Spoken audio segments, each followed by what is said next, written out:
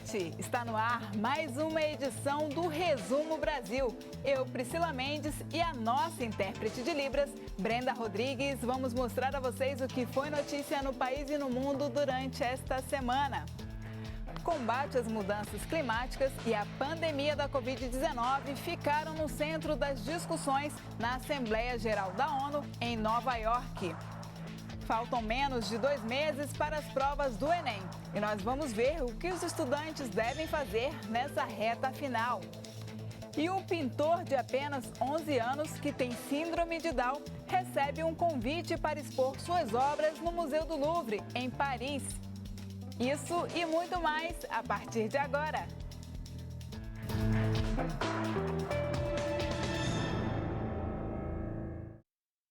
Começamos esta edição falando sobre a Assembleia Geral da ONU, que reuniu líderes mundiais em Nova York, nos Estados Unidos. Entre os principais assuntos discutidos estava o aumento dos esforços no combate às mudanças climáticas e à pandemia da Covid-19.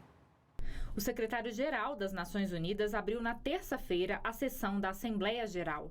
Antônio Guterres falou sobre a pandemia, aquecimento global e fez um apelo à paz, a citar a crise humanitária no Afeganistão e o golpe militar em Mianmar. Segundo Guterres, o planeta está se movendo na direção errada e nunca foi tão ameaçado ou tão dividido. O mundo precisa acordar, disse ele. The world must wake up.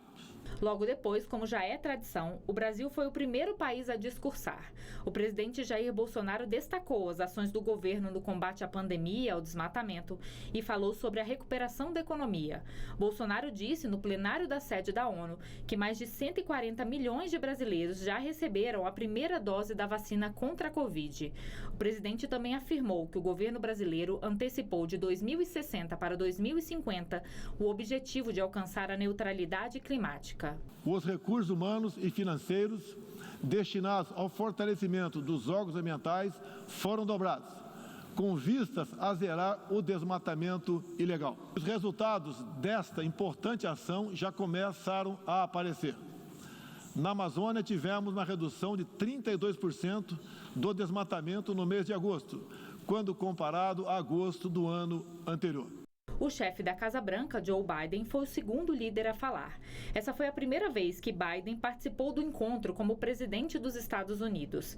Ele afirmou que o país retomou seu papel de liderança em questões internacionais, como mudança climática e saúde global, e anunciou 100 bilhões de dólares para apoiar ações climáticas em países em desenvolvimento e 10 bilhões para combater a fome no mundo. A presença dele ocorreu em meio à turbulência na política externa americana, com a saída das tropas do Afeganistão e depois que a Austrália desistiu de encomendar 12 submarinos nucleares da França, optando por um vasto acordo militar com os Estados Unidos. Ainda falando sobre os impactos nas mudanças climáticas, não é só a natureza que sofre nesse período. As altas temperaturas e a seca favorecem o aparecimento de doenças respiratórias. Vamos ver na reportagem. Céu cinza, tempo seco e baixa umidade do ar. A população tem se virado como pôde para minimizar os efeitos desse clima. Secura no nariz, onde eu tenho que pingar soro constantemente e hidratar muito mais do que o normal. Esta estação na região do Barreiro é uma das 4 que medem a qualidade do ar na capital mineira. Nesses lugares, os analistas fazem monitoramento para determinar os níveis de presença dos poluentes e gases no oxigênio que respiramos. A média do índice de qualidade do ar está em moderada nesta semana. Porém, em alguns momentos do dia, essa taxa vai para o nível classificado como ruim. Um dos fatores que levam a essa piora é o grande número de incêndios em todo o estado. De acordo com o Corpo de Bombeiros, nos primeiros 15 dias de setembro, foram quase 2.100 queimadas no estado. Se os próximos dias também registrarem umidade relativa do ar baixa, não registrar chuvas e a presença de incêndios continuar, esses focos de queimadas, a tendência é que a qualidade do ar continue com a classificação moderada, ruim ou até muito ruim. Essa poluição com a redução da oxigenação pode acarretar doenças cardiovasculares, doenças respiratórias. Entre as muitas mudanças que aconteceram desde o início da pandemia, uma refletiu diretamente na qualidade de vida das pessoas. Muita gente trocou o transporte público por caminhadas, bicicletas e patinetes. Na última quarta-feira, Dia Mundial Sem Carro, a gente mostrou em nossos telejornais sobre o desafio de reduzir o número de veículos nas ruas. Vamos rever. Há 6 anos, Vivian adotou a bicicleta como meio de transporte. Através do uso contínuo, né? Se todo dia você pedalar um pouquinho, você melhora a sua qualidade de vida, né? Então, você faz aquele exercício, pega aquele sol. E também a questão do impacto ambiental, que é muito importante. A busca por meios de transporte alternativos e mais sustentáveis aumentou durante a pandemia. É o que revela um estudo feito em 11 países pela Kantar, empresa britânica especializada em pesquisa de mercado. Segundo o documento, entre 2019 e 2020, a modalidade com maior crescimento mundial foi a caminhada, seguida por bicicletas e patinetes. Por outro lado, o risco de contágio fez com que a população usasse menos veículos coletivos. O uso de transportes públicos, como ônibus e metrô, teve uma redução global de 5,6%. Pode estar relacionado também à crescente home office, que a gente está vendo que isso meio que veio para ficar. Agora, a gente entende que existe uma oportunidade muito grande, tanto para o setor público quanto para o setor privado, em investir em infraestrutura, por exemplo, melhoria de redes de ônibus, de metrô, melhoria nas ciclovias, nas zonas de pedestre. O maior desafio, eu acho que é a segurança, é o que impede muito as pessoas de saírem por aí caminhando ou de bicicleta. Então ela precisa de infraestrutura segura, da mesma forma que o pedestre precisa de boas calçadas, sem buracos, etc. Agora vamos ao Momento Saúde. A Fiocruz foi selecionada pela Organização Mundial da Saúde para ser um centro de desenvolvimento e produção de vacinas com a tecnologia de RNA mensageiro na América Latina. O objetivo da parceria entre a OMS e a Fiocruz é aumentar o acesso às vacinas contra a Covid. A Fiocruz está desenvolvendo uma vacina com a tecnologia de RNA mensageiro em biomanguinhos. O estudo está em estágio pré-clínico. Agora, especialistas da Organização Mundial da Saúde e da Organização Pan-Americana de Saúde vão dar suporte técnico para a produção do imunizante, que deve ser mais barato e acessível do que os disponíveis atualmente. O projeto prevê ainda a transferência de tecnologia para outros países da América Latina para ampliar a capacidade produtiva na região. A Fiocruz já produz a vacina que utiliza a plataforma de adenovírus em parceria com a AstraZeneca. Assim, vamos poder continuar apoiando o acesso mais equitativo a vacinas no âmbito mundial e também vamos dominar uma plataforma de última geração que vai nos permitir desenvolver vacinas para outras doenças no futuro. O Ministério da Saúde voltou a recomendar a vacinação de adolescentes de 12 a 17 anos, sem comorbidades, contra a Covid-19. O secretário executivo da pasta, Rodrigo Cruz, afirmou que um comitê formado em conjunto com a Anvisa confirmou que a morte de um jovem de 16 anos, no interior de São Paulo, não está relacionada à vacina.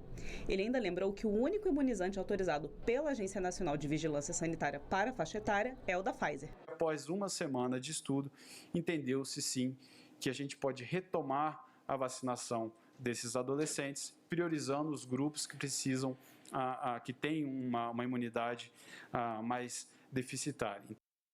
A crise provocada pela pandemia e o alto desemprego deixaram mais pessoas desabrigadas. Quem convive com essa população aponta que famílias inteiras foram para as ruas nos últimos meses. Todo dia, pessoas em busca de café da manhã lotam esse centro comunitário na região central de São Paulo. O local é gerido por uma igreja católica em parceria com a prefeitura. O aumento da fome é visível. É uma situação desumana e essa desumanização dilacera as pessoas. E pessoas dilaceradas não amam. Em março do ano passado, 221 mil pessoas estavam em situação de rua no país, segundo o Instituto de Pesquisa Econômica Aplicada, o IPEA. Situação que piorou com a crise provocada pela pandemia. Além de ela estar crescendo, ela também está mudando de perfil nos últimos anos. E antes nós tínhamos como perfil predominante os homens de meia idade desacompanhados, hoje nós vemos o crescimento de mulheres, famílias e crianças em situação de rua. Há 7 anos, o projeto SP Invisível atua para apoiar as pessoas que estão nas ruas de São Paulo. Um moletom bonitão e também uma máscara. O projeto também busca dar voz a essa população, contando suas histórias de vida. Como Renan, que por causa da pandemia perdeu o emprego e foi parar na rua. Ele conseguiu se reerguer, voltou a trabalhar como garçom e hoje mora em uma pensão. Se alguém abre oportunidade para alguém, você pode ter certeza. Pode ser os que viram as costas, mas pode ser outros que vão ajudar. A gente acredita muito que o cuidado das pessoas de forma individualizada transforma muito a realidade daquela pessoa. Vamos falar agora sobre a CPI da pandemia. Os senadores ouviram o ministro da Controladoria Geral da União e os empresários da Prevent Senior e da Precisa Medicamentos. Veja em nosso resumo. O ministro da Controladoria Geral da União, Wagner Rosário, afirmou que não houve superfaturamento no contrato da vacina indiana Covaxin com o Ministério da Saúde. A compra, que não foi efetivada, teria um valor maior do que o cobrado pela Pfizer e pela Coronavac. Rosário também negou uma possível omissão da CGU no processo de compra da Covaxin. O presidente da CPI, senador Omar Aziz, afirmou, no entanto, que a CGU só tomou providências por causa da comissão. A audiência foi encerrada depois de uma discussão entre Wagner Rosário e a senadora Simone Tebet, do MDB. Omar Aziz informou que o ministro passou de testemunha para investigado pela CPI. Na quarta, a CPI da pandemia recebeu um dossiê elaborado por funcionários da Prevent Senior com informações de que a operadora de saúde teria ocultado mortes causadas pela Covid-19 e impedido o uso de máscaras por funcionários da empresa. O objetivo seria facilitar a disseminação do coronavírus e começar um protocolo de testes para tratamento da doença. Perguntado sobre o tema, Batista Júnior negou as acusações. A empresa também é acusada de enviar os chamados kit Covid para os clientes, o que Batista Júnior negou. Alguns senadores o acusaram de fraudar prontuários médicos. Com o depoimento, Batista Júnior também passou a ser investigado pela CPI. Na quinta, a CPI recebeu Danilo Trento, diretor da Precisa Medicamentos. Trento compareceu com um habeas corpus que lhe permitia ficar calado e não respondeu a maioria das perguntas. Diante do silêncio, os senadores aprovaram a quebra dos sigilos bancário, fiscal, telefônico e telemático do empresário. O relator, senador Renan Calheiros, apresentou fluxogramas que comprovariam um possível esquema de lavagem de dinheiro na Precisa Medicamentos. Além da oitiva de Danilo Trento, a CPI aprovou ainda um requerimento para ouvir a advogada Bruna Morato, representante dos médicos da Prevent Senior. Também foi aprovada a convocação do empresário Luciano Hang. E na Câmara dos Deputados, a comissão especial concluiu na madrugada de sexta a votação da reforma administrativa. A proposta de emenda constitucional seguirá para o plenário da Casa. A reunião durou mais de 13 horas. Já era madrugada quando os parlamentares concluíram a votação dos destaques, que são emendas que modificam o texto base. A proposta inicial foi aprovada mais cedo por 28 votos a favor e 18 contra. A estabilidade dos servidores públicos foi mantida, mas a jornada e a remuneração poderão ser reduzidas em até 25% em caso de crise fiscal. O trabalhador concursado passará a ser avaliado 6 vezes no período de 3 anos do chamado estágio probatório e poderá perder o cargo após 2 avaliações insatisfatórias consecutivas ou 3 intercaladas no período de 5 anos. Entre os pontos mais polêmicos estão o que permite a contratação temporária por até 10 anos de pessoas fora da administração pública, o de benefícios de juízes e promotores como férias de 60 dias e o que autoriza a realização de convênios com empresas privadas para prestação de serviços públicos. O texto também estabelece o fim de benefícios como férias superiores a 30 dias, adicionais por tempo de serviço, progressão automática no cargo e a aposentadoria compulsória como punição. A proposta de emenda constitucional seguirá para o plenário da Câmara. Para ser aprovada, a PEC precisará do apoio de 308 dos 513 deputados em 2 turnos, para então seguir para o Senado. Daqui a pouco, logo após um rápido intervalo, você vai ver um artista de apenas 11 anos que tem síndrome de Down foi convidado para expor em Paris. Não saia daí, voltamos já.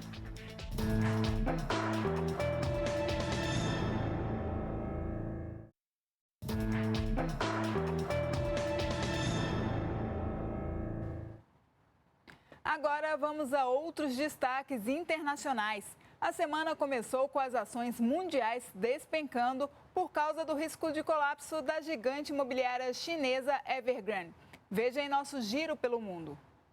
Os mercados globais ficaram agitados e os investidores preocupados com o impacto potencial que um calote poderia ter sobre a economia. A gigante chinesa é hoje a incorporadora mais endividada do mundo e luta para pagar uma dívida de mais de 300 bilhões de dólares. No final do mês passado, a Evergrande disse que estava em negociações com o governo para retomar a construção de alguns projetos suspensos. Em Henan, na China, compradores de apartamentos têm se reunido em frente a um escritório de vendas do complexo Evergrande em busca de respostas. O presidente da empresa prometeu que vai cumprir suas responsabilidades e sair do que chamou de momento mais sombrio. Na quarta-feira, a companhia fechou um acordo para evitar o calote de um título vencido. Essa semana, a erupção de um vulcão nas Ilhas Canárias, na Espanha, causou preocupação. Mais de 6 mil pessoas tiveram que deixar a ilha de La Palma, onde fica o vulcão. Muitos moradores saíram de casa às pressas à medida em que a lava avançava. Mais de 100 casas foram totalmente destruídas. O vulcão começou a entrar em erupção no domingo passado e lançou pedras de fogo a centenas de metros de distância. Também destruiu florestas e enviou rochas derretidas em direção ao Oceano Atlântico. A última vez que ele havia entrado em atividade foi há 50 anos. Um terremoto de magnitude 6.0 atingiu os arredores de Melbourne, a segunda maior cidade da Austrália, na quarta-feira. O fenômeno causou danos a edifícios e tremores em todos os estados vizinhos. Um resort de esqui capturou imagens das encostas da montanha tremendo e apresentadores de TV foram surpreendidos ao vivo. Esse foi um dos maiores terremotos já registrados no país. Ainda falando da Austrália, o país perdeu 30% de seus koalas nos últimos 3 anos. O motivo? A seca, os incêndios florestais e a constante derrubada das árvores. Os dados são da Australian Koala Foundation, uma instituição independente que pediu ao governo mais ações para proteger o habitat dos koalas. Eles reivindicam, inclusive, uma lei de proteção aos animais que não existe por lá. Voltando ao Brasil, já estamos na reta final de preparação para o Enem 2021, o Exame Nacional do Ensino Médio. As provas vão ser realizadas nos dias 21 e 28 de novembro pelas mais de 3 milhões de pessoas que fizeram a inscrição. Faltam apenas 2 meses para o Enem. Hora de focar em alguns temas. O Gabriel, que é professor de linguagens, reforça a importância de se preparar muito bem para a redação. Você precisa presumir quais dúvidas o seu leitor poderia ter junto ao seu texto.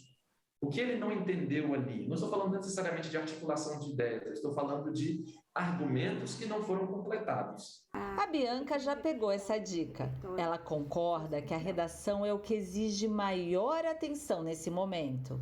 É praticar a redação, escrever até cansar, assim, e até mais do que cansar. Porque é através da prática mesmo que você percebe onde você está errando, onde você pode melhorar. E você já sabe, mas não custa lembrar. Chutar alternativas não funciona no Enem. A prova é conhecida por testar os conhecimentos sem induzir os estudantes ao erro. Ou seja, não tem as famosas pegadinhas. E tira menos ponto o candidato que erra fáceis e acerta difíceis. Parece ser contraditório, mas o Enem entende que não existe sentido nisso. Como ele não sabe Bhaskara, mas sabe potenciação. Tem alguma coisa estranha aí, deve ter sido chute, a nota vai cair. Fica a dica então para a reta final. O importante é se preparar com serenidade e foco. Se dedique a se concentrar, a controlar as suas emoções, se dedique a ficar mais calmo, porque isso conta muito. Fazer a prova com tranquilidade ajuda muito. A TV Brasil vai ampliar o sinal na região norte do país. Na última terça-feira, foi firmado um convênio de cooperação técnica com a TV Unir, a TV da Universidade Federal de Rondônia. Vamos ver na reportagem. De Rondônia para o resto do Brasil. É isso que promete a parceria firmada entre a TV Brasil e a TV Unir de Rondônia. O novo canal 35 vai levar ao ar conteúdos de qualidade nas áreas de educação, cultura, artes e ciências. A ideia é divulgar mais as pautas dos povos amazônicos e a produção científica da região norte. A reitora da Unir está otimista com a parceria. A ideia é que a gente consiga falar de Amazônia para o território nacional de uma forma diferente, né? Levando também conhecimentos e conteúdos que são produzidos nessa região, fortalecendo as nossas pautas, fortalecendo a nossa capacidade de produzir crítica, de produzir conhecimentos, de produzir arte, cultura, o turismo. Tem uma infinidade de possibilidades e o nosso objetivo é colocar Rondônia no circuito nacional, oferecendo o que há de melhor para os nossos telespectadores, né? É o grande charme da Rede Nacional de Comunicação Pública, o que a diferencia de todas as outras redes, né, de televisão, é que de fato é um intercâmbio de mão dupla, né? Nós, além de levar o conteúdo da TV Brasil para um pessoal até então desassistido, nós valorizamos e queremos, assim que a TV Unir tiver condição de produzir conteúdo local, garantir um espaço para ela na grade nacional. E uma outra afiliada da TV Brasil, a TV Encontro das Águas, acaba de completar 50 anos. Em 1971, no bairro Praça 14 de Janeiro, nasceu a Televisão Educativa do Amazonas, Canal 2. Era o primeiro passo para consolidar um sistema público de comunicação que levaria educação por meio da TV a regiões distantes. Evoluímos muito nesses 50 anos. Digitalizamos o nosso sinal, migramos do sinal de rádio de ondas tropicais para FM. Nos associamos à empresa Brasil de Comunicação, a conhecida TV Brasil, que acompanhou as mudanças de perto. A TV ganhou multicanais, ocupou as mídias sociais e, mais uma vez, cumpriu o seu papel educador ao transmitir as teleaulas da rede pública de ensino para o Amazonas, que serviu até de modelo para outros estados do país. Além de transmissões do Festival Amazonas de Ópera, missas, live dos bois bumbás, festival folclórico e muito conteúdo da terra. Em pleno 2021, iniciamos o projeto de interiorização, levando o sistema de comunicação Encontro das Águas a alcançar 20 municípios do Amazonas. São 50 anos de história e temos muito a celebrar. Nós vamos agora até a cidade de Timbó, em Santa Catarina, para mostrar um projeto feito por voluntários que tem ajudado crianças com alguma deficiência na inclusão social. Essas crianças enfrentam muitos obstáculos, como o preconceito. A reportagem é da nossa afiliada Rede Bela Aliança. Foi pensando em ajudar famílias com crianças com alguma deficiência que há pouco mais de 2 anos foi criado o projeto Acolher em Timbó. Através dele, voluntários ajudam na inclusão social de crianças que precisam enfrentar, além de limitações físicas ou mentais, o preconceito de muita gente. O Bernardo tem hoje 11 anos e também tem contado com o apoio do projeto Acolher.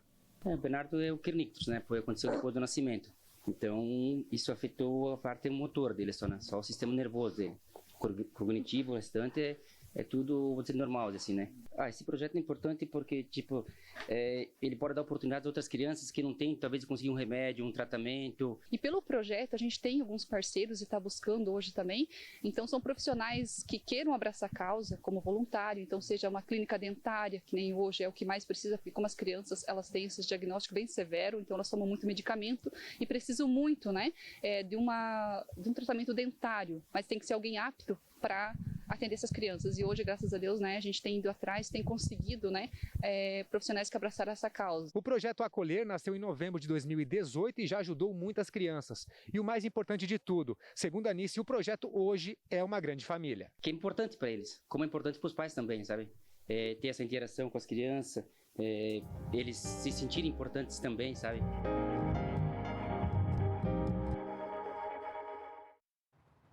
O pintor mirim piauiense de apenas 11 anos, João Hélio, vem conquistando o mundo com as suas obras de arte.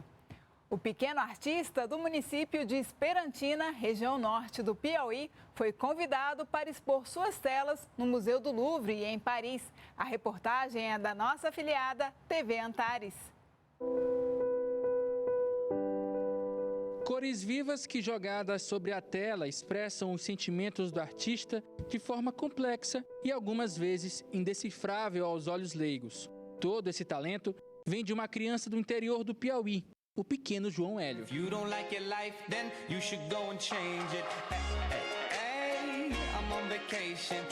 A mãe do artista é professora no município de Esperantina, a 183 quilômetros de Teresina. E foi lá, distante da capital do estado, que ela começou a perceber que o talento do filho, que tem síndrome de Down, aflorou com o uso das tintas na tela. A arte para o João Hélio eu vejo que é assim, uma inspiração. A arte dele é inspiração, é amor, empatia. Fala aí, oi. Oi. Qual é a cor que você gosta? O azul, vermelho ou amarelo?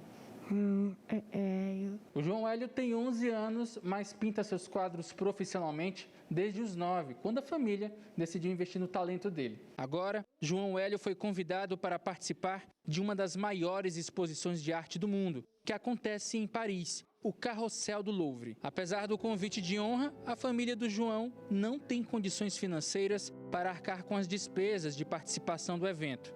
E por isso está promovendo uma vaquinha online.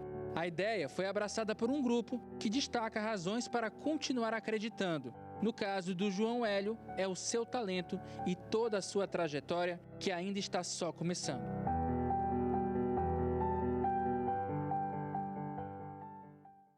E quem quiser ajudar o João Hélio é só acessar a página da vaquinha virtual do Razões para Acreditar, que aparece aí na sua tela.